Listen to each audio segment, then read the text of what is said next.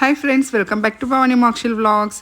ఈరోజైతే నేను బాయిల్డ్ ఎగ్తో ఉల్లికారం చేస్తున్నాను అండి. కొంతమంది అలానే చేస్తారు, ఎగ్ క్రాక్ చేసేసి.